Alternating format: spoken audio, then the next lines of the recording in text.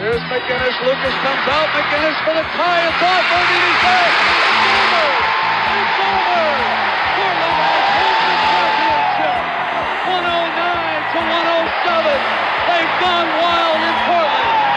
The baskets are down. The one on my left. Walton has had the jersey stripped off him. Walton and the Trailblazers trying to battle through the crowd to the locker room. A world championship for the Blazers.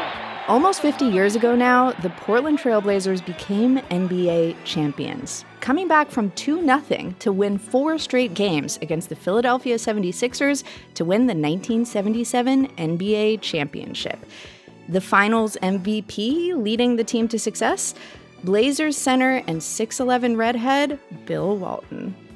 I've never coached a better player, I've never coached a better competitor, and I've never coached a better person than Bill Walton.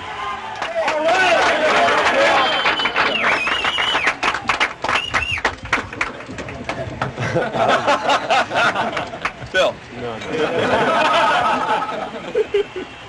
I really have nothing to say.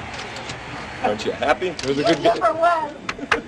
It was a good game, and you know the 76ers are one of the best teams I've ever played against, and I'm real happy. And, We're better. I think so. He may have seemed a little shy after the game, but he was not on the court. His 20 points and 23 rebounds in Game 6 helped the Blazers clinch the series-winning showdown. After the upset, even the Sixers coach called Walton the best player for a big man who ever played the game of basketball. Though he only spent 5 seasons in Portland and struggled with injuries in those years, Bill Walton is and always will be one of the most beloved Portland Trailblazers of all time. And his award-winning career as a sports broadcaster after his retirement from playing ball made him beloved to basketball fans around the country, too. Now, the Hall of Famer and Blazers legend is gone. Bill Walton died recently at the age of 71 after a long illness with cancer. And the loss is being felt deeply here in Oregon as Blazers fans and those whose lives he touched in Rip City and across the basketball world reflect on his legacy.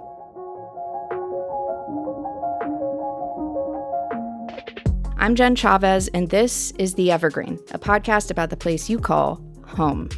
Loyal Evergreen listeners might know that we originally planned to bring you stories from the class of 2025 this week. That is still coming your way next week, but we decided we wanted to make room to honor an Oregon icon. Today, memories of Bill Walton, who meant so many different things to so many different people. 2 of those people join me now, OPB journalists and resident Blazers fans, Andrew Theen and Tony Schick. Andrew and Tony, welcome. Thank you so much for being here. Thanks for having us. Yeah, thanks. So I want to start off by asking, what are your first memories of Bill Walton? And Andrew, let's start with you. You know, I don't think I remember basketball life without Bill Walton. You know, I'm 40 years old. I remember Bill Walton on the NBA on NBC from an early age with Steve Snapper Jones. They were just fixtures in our lives as basketball fans. His catchphrases, his zest for life, his larger-than-life personality. I mean, honestly, if you love basketball and you're of a certain age, Bill Walton was always there. Mm-hmm. Yeah, I can't pick out a first memory, really. It's just all my life is always, as a Blazer fan, he's been kind of steeped in it. Some of my earliest memories of being aware of him are like going to games at the Memorial Coliseum when I was really young and just seeing his picture and him being kind of this mythical figure for a young Blazer fan. And then, you know, my dad, having seen him play, describing just what an incredible, clinical, and yet creative force he was on the court. Yeah, and I mean, Andrew, you kind of mentioned this a minute ago, but before we get into talking about his basketball career, how would you all describe his personality? He was just so big and larger than life. I mean, you mentioned his height, 6'11", but I think he was actually taller. Like historically, they said he was one of the rare big guys who'd like to say he was shorter than he actually was. Oh, really? Yeah, he was. He was so full of energy. He was someone who for a sports fan who cared about things other than sports, he brought that to the broadcast. He would talk about the world. He would make references that would make you stop in your tracks. He was just such a creative and original person who it was just fun to watch him bring all of his interests to the world via TV, which is not really, when you're watching a sporting event, what you always get. Mm-hmm. He drew connections between basketball and so many other things, and basketball was like just an expression of creativity, the way that for him he crossed over into being a huge music fan, and he would always kind of draw comparisons between the two. And I think just like that interconnectedness of all these different things in life was something I remember about him. Walton's NBA career began when he was drafted to the Blazers in 1974. Before that, he was a star of UCLA's college basketball team. After being drafted into the NBA, he spent 5 seasons with the Blazers before being traded to the then San Diego Clippers in '79. He's widely recognized as being the driving force behind the Blazers' first, and so far, only, NBA championship in 1977. In a documentary about that championship season, Walton talked about his experience and his relationship with his teammates as they competed that year. And everything is going right for us, which obviously is not going to happen every game, but, when it does happen, it's just hard to explain, but everybody seems to be, on the same wavelength. It carries over into your everyday life, and sometimes,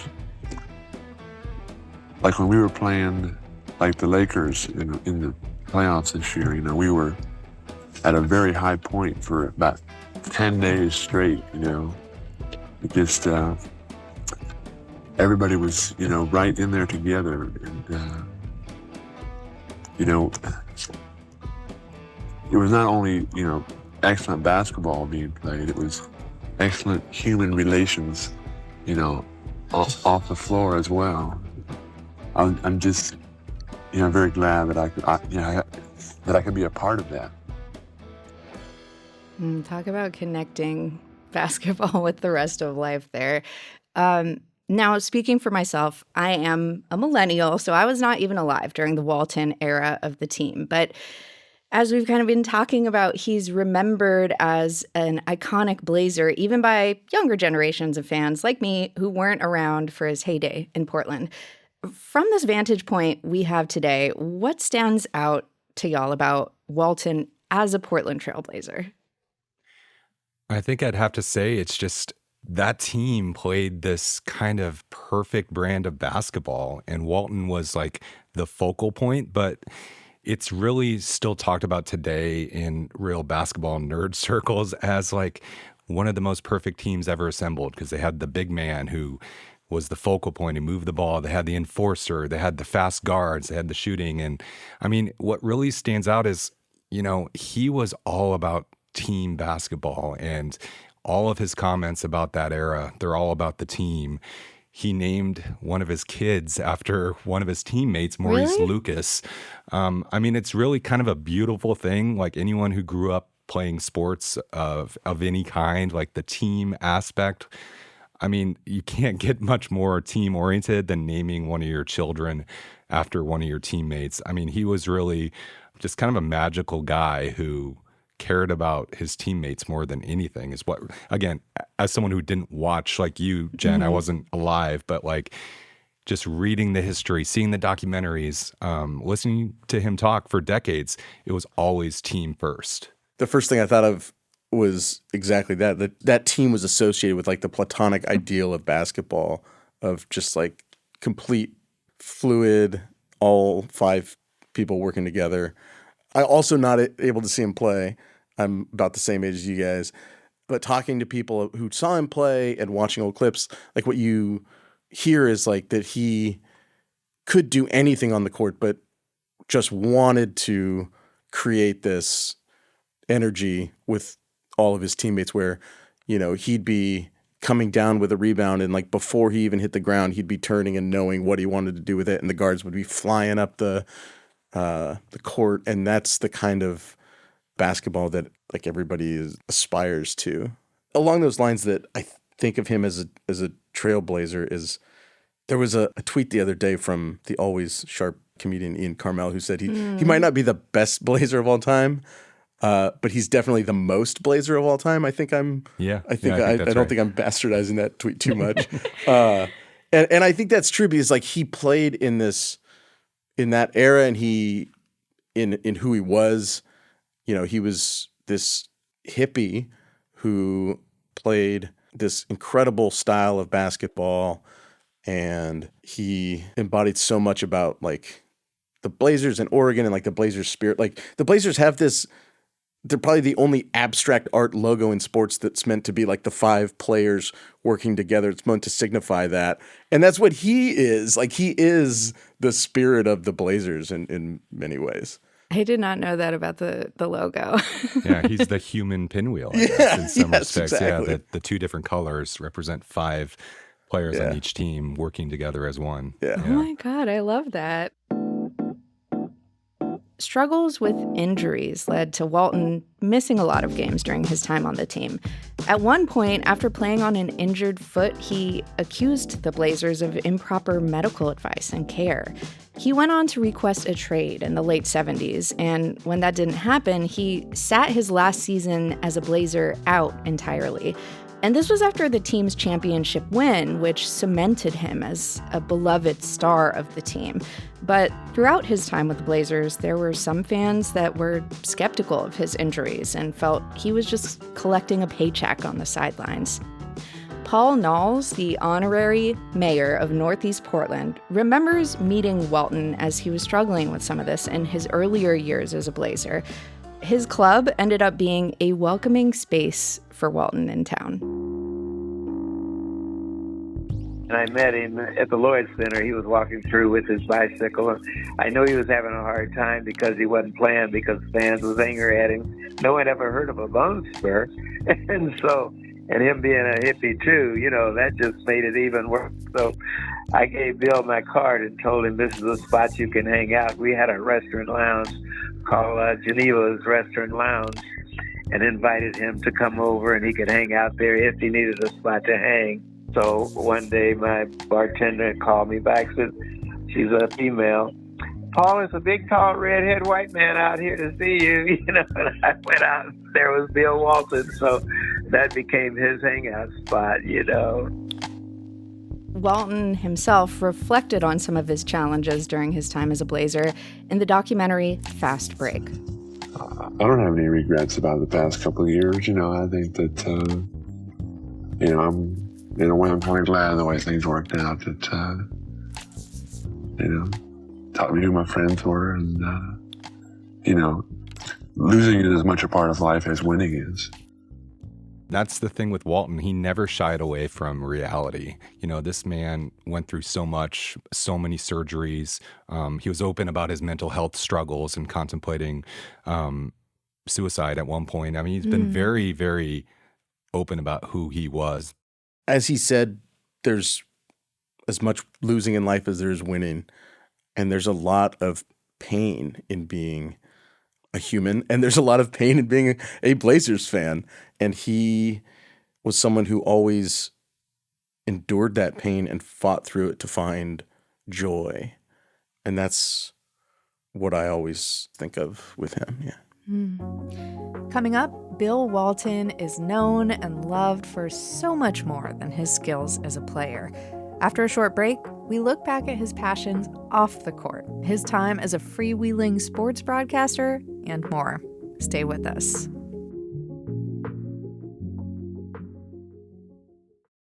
As I've been reading through all these remembrances of him that have popped up in the last few days since he died, it's notable to me how much of what people remember about him was kind of outside of his role as a player. What was he like off the court? How did he connect with people outside of just playing basketball? Yeah, like when he came to a city, Bill Walton was everywhere. He somehow found time to go to what he said, 1,000 Grateful Dead shows.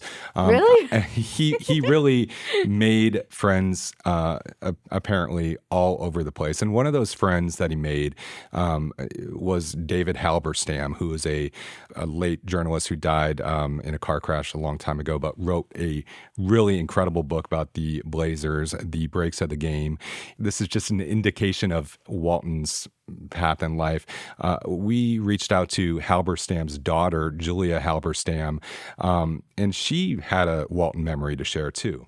When I was about 12, 13, for a few summers, I was just getting into music. My dad, was older when I was born, and he was sort of the Dave Brubeck, Count Basie era, incredibly uncool to me at the time. I was getting into the Grateful Dead.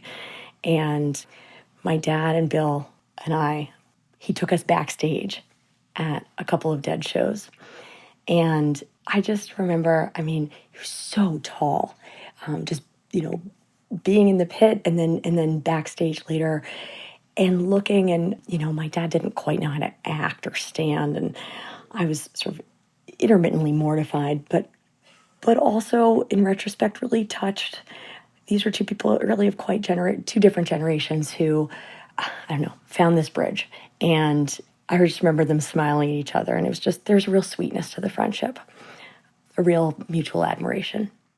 Yeah, so if you were in Bill Walton's life, it appeared at any point, you were in there for the long haul, and he would be there with you. I think his life outside of basketball became as known as his life on the court. The way I summed it up to Andrew the other day was like, my dad was really sad when he passed because my dad is a lifelong Blazers fan. Mm-hmm. My father-in-law isn't from Portland, isn't a Blazers fan, was also really sad when Bill Walton died because, as he said, the world lost its tallest and one of its preeminent deadheads. That just shows you the breadth of people that Bill Walton touched with his energy. And obviously he was known for a lot of things besides his playing as a Deadhead, of course, also as a cyclist. He was constantly riding his bike around, and also as an activist for multiple causes, particularly in the 70s and 80s. How was political activism part of his life during his career? He was involved in the American Indian movement and very supportive of that, to the point that the FBI had a file on him. We have a clip here of one of his teammates from the Boston Celtics, Danny Ainge, former Blazer as well, who recalls the commitment that Bill Walton had to some of his causes. We're playing pickup ball in the open gym, and we're getting ready for this season, and we are pumped up. Like, we've just lost to the Lakers in the NBA Finals in '85, and we feel like we're a better team, and we're adding Bill Walton to the team, and everybody is really jacked up. And Walton, in this pregame practice, he says, "I'm sorry, guys, I'm going to be gone for the next 3 or 4 days." It was like, "What do you mean you're going to be gone? Like, we're getting ready for the season." He says, "I got to go to South Dakota for an Indian reservation sit-in." And we were just like, "What? What are you talking about?" He had to go protest some Indian reservation sit-in. And so we missed him for a few days. And that's in the mid-'80s. But if you go back earlier, when he was at UCLA, Walton was arrested protesting the Vietnam War. And, he was a counterculture guy. And the timing of it was kind of interesting. And he was in the 70s, and he kind of came after some of the giants of American sports who were politically active, black men like Muhammad Ali, Jim Brown, Kareem Abdul-Jabbar. And Walton was pretty open later in life about the fact that, as a white man, I think he was able to get away with a little bit more during his time in the NBA in the 70s of being so politically active. But from what I know from reading, historical archives and whatnot, he was not it was not well received in Portland at the time either. But winning a championship kind of cured some of those woes, I think. Okay, so after his retirement from the NBA in the 1980s, he started a second career as an Emmy-winning sports broadcaster, serving as a color commentator and studio analyst. And I think this is where maybe we might have some more memories from our actual lives of him. He became known to another generation of basketball fans for his unique on-air style and banter. How do y'all remember him as a voice and personality on broadcasts? One of my favorite memories involving Bill Walton was 2002 playoff game against the Lakers when, in the eyes of Blazer fans, the refereeing was not exactly fair. And in the eyes of the Blazer players, it also was not fair. And Rasheed Wallace got called for a foul the Blazers didn't agree with. Scottie Pippen ended up chucking the ball into the stands in protest, getting a technical foul and ejected. And before the game, there was a commemoration of the 1977 championship team, and stuffed Bill Walton dolls were passed out to everyone. They were like Bill Walton Beanie Babies almost. They were. And, I saw them. and the fans, inspired by Pippen's protest and perhaps by Bill Walton's protesting spirit, began lobbing Bill Walton dolls onto the court. And I was there in row K, section 118, seeing flying Bill Walton dolls over my head onto the court. Did you throw your own Bill Walton doll? There were dolls flying from my section. It's not important who was throwing them. All right, fair. And I didn't even realize until after the fact, Bill Walton was on the broadcast of that game. There it is. That's an amazing likeness. I wish I looked that good, Marv, but that beard, I don't know, that is the only beard in the history of Western civilization to have made Bob Dylan's beard look good. That's his reaction to seeing his likeness on the court. Oh, man. I love that clip that he says in the history of Western civilization, because that is such a Walton clip right there. He lived in hyperbole, which I personally love, and I know some people it was maybe a little off-putting, but I mean, this is a guy who would talk about a fascinating book he read from Timothy Egan mid-broadcast, just go on a rant about the Dust Bowl. He would talk about wine or cheese or, he would talk about anything under the sun. Here's how he described the amazing Dwayne Wade of the Miami Heat. And that is how talented this brilliant performer is, and just really getting started. And you look at his body, Dwayne Wade, it's as if Michelangelo sculpted it in a dream. Oh my God. That is, just the artistic flourish there. Yes, I love it. He actually goes on to be a little more graphic in his descriptions of Dwayne Wade's physique in ways that you would not typically hear a broadcaster do. And that was him. He would go places that other broadcasters weren't. Earlier in his broadcast career, he was not the kind of never-ending font of positivity and joy and optimism that he became. He was pretty incisive and was willing to be negative and criticize players and coaches more than a lot of other broadcasters were. And he was, willing to be controversial. He was not always beloved as a broadcaster in those days. And then he started to become more of like a philosopher on the mic and more of what we kind of remember now, I think. Yeah, and I think we have another clip of him that I think kind of reflects what you're talking about during a broadcast, talking about his opinion on the war on drugs. You know how I talk every week and complain about the NCAA not modernizing the rules? That's another rule they got to modernize. And this whole war on drugs has been an absolute failure across the board. And somebody's got to step forward, and we're looking for Obama to step up and say, why are we punishing people for things that are legal? Why are people languishing in jail for things that are legal?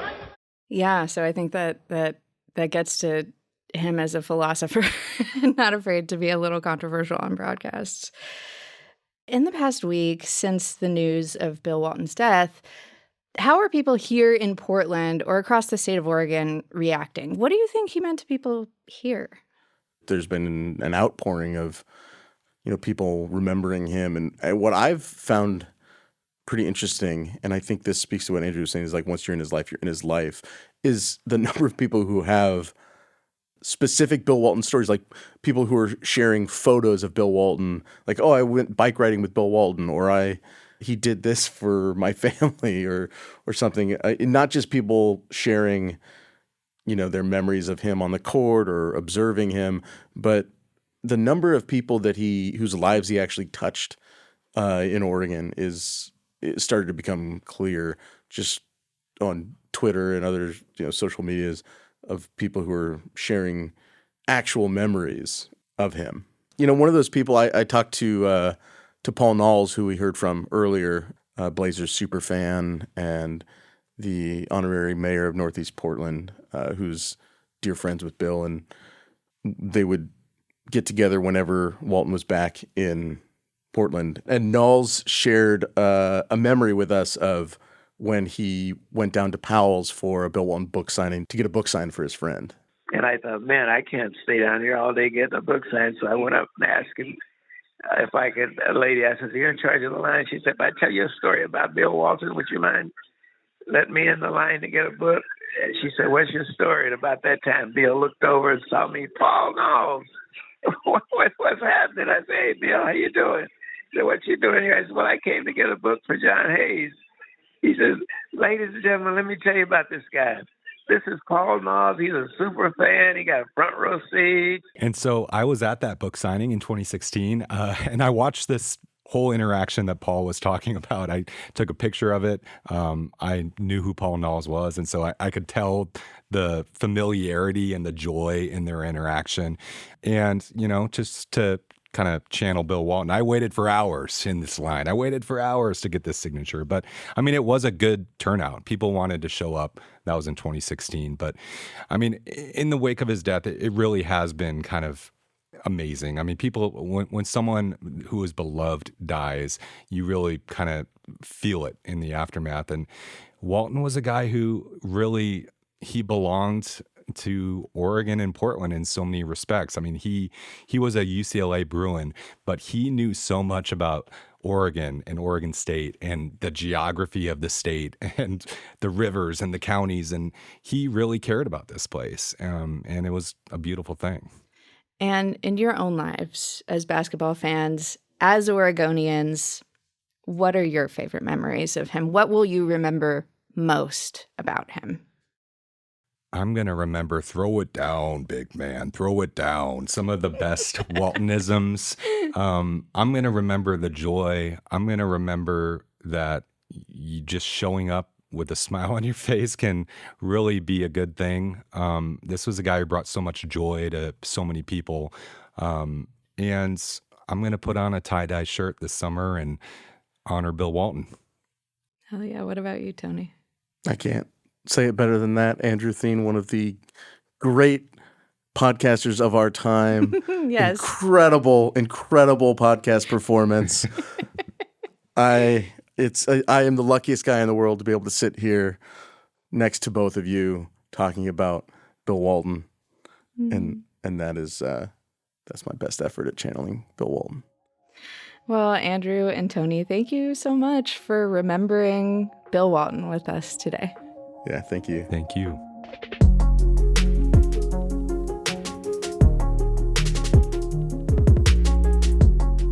Andrew Theen is OPB's politics and government editor, and Tony Schick is an investigative editor and reporter for OPB. And all three of us are OPB Blazers fans. Thank you for listening to The Evergreen, a podcast about the place you call home. Join us next week for stories from OPB's class of 2025, a group of Oregon students that we've been following since kindergarten on their path towards high school graduation. And we have more coming for you soon from our At Work With series, where we ask Pacific Northwesterners your questions about what it's like to do what they do. This month, we're headed to the Oregon coast to interview someone who makes candy for a living from a family that's been hand-making saltwater taffy and other sweet treats for decades. So tap into that sweet tooth and send us your questions for Candy Maker at theevergreen@opb.org or through our show page at opb.org/theevergreen. If you're here listening right now, you are a part of our new podcast family. Help us grow by leaving a review on your favorite podcast app. Follow us there, and hey, tell your friends. This episode was produced by yours truly. Our technical director and fellow Blazers fan is Stephen Cray. He engineered this episode. The OPB podcast team also includes Mia Estrada, Julie Sabatier, and Sage Van Wing. Andrew Theen and Tony Schick did the interviews you heard with Paul Knowles and Julia Halberstam. The music in this episode is from Audio Network. And you heard additional footage from ESPN, NBC, CBS, and the 1978 documentary Fast Break. If you have a question or comment for us about basketball or anything else we do, please reach out. Our email address again is theevergreen@opb.org. I'm Jen Chavez. Rip City, baby. Catch you later.